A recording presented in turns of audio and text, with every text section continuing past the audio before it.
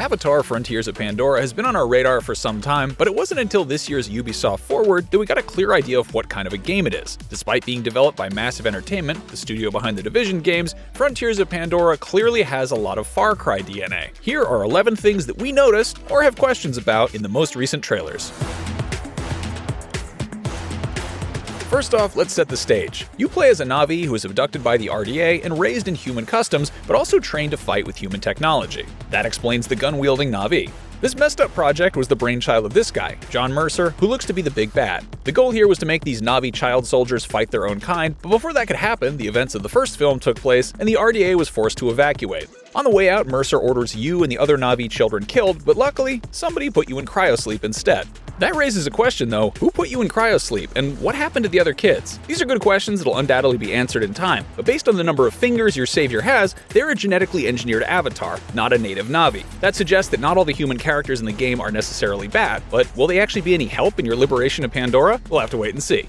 Your character comes out of Cryosleep 15 years after the first movie, just in time for the RDA's dramatic return to Pandora. That puts it squarely in the same time frame as The Way of Water. The game's setting is the Western frontier, which is a part of the planet we haven't seen before, so it seems unlikely any familiar faces will show up, but you never know. Massive's goal here was to tell a new story set in the universe, not try to connect to the movies. So that answers the when and the where, but what about the who? Well, that's kind of up to you. You'll be creating your own Na'vi hero and customizing their appearance. How much, if at all, your decisions will affect the narrative remains to be seen, but at the very least, the goal here is to allow players to take some ownership of their character. As for the moment-to-moment gameplay, well, it looks a lot like Far Cry. There'll be RDA facilities to liberate in classic Outpost fashion. You'll have your choice of going in loud, putting your human training and gear to good use, or you can take a stealthier approach using lower-tech Na'vi weaponry and maybe disabling some alarms along the way. We get a look at explosive arrows in action, so expect to be crafting some different types of projectiles and possibly customizing your weapons. You've also got Na'vi senses that can be used to tag enemies from a distance. So yeah, basically Far Cry.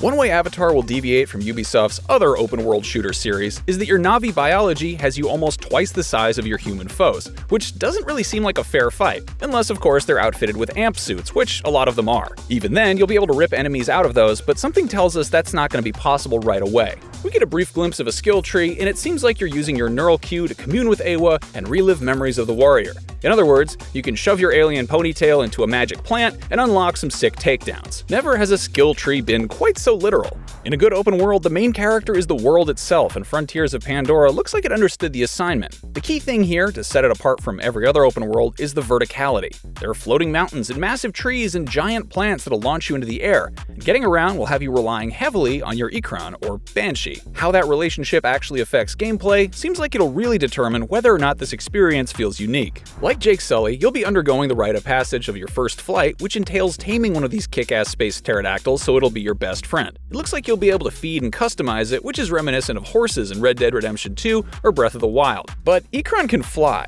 Are they any good in a fight? NPC animal sidekicks were a big hit in Far Cry 5 and 6, and it seems like your connection with your Ecron will be even stronger than your working relationship with Cheeseburger the bear.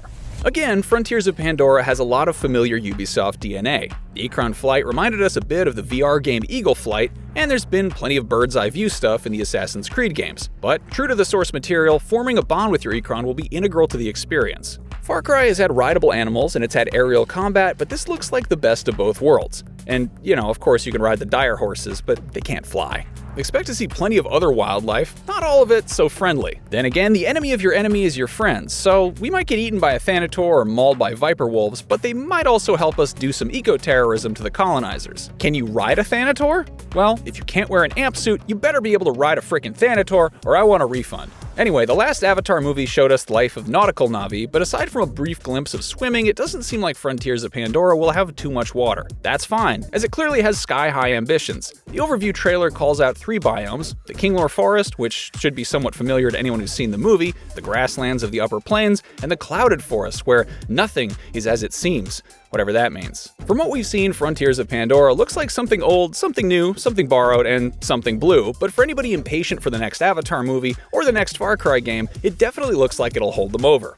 What did you think of this game's big reveal? Let us know in the comments, and for more info on Frontiers of Pandora, check out our interview with the Associate Creative Director, and for everything Avatar and video games, you're already in the right place, IGN.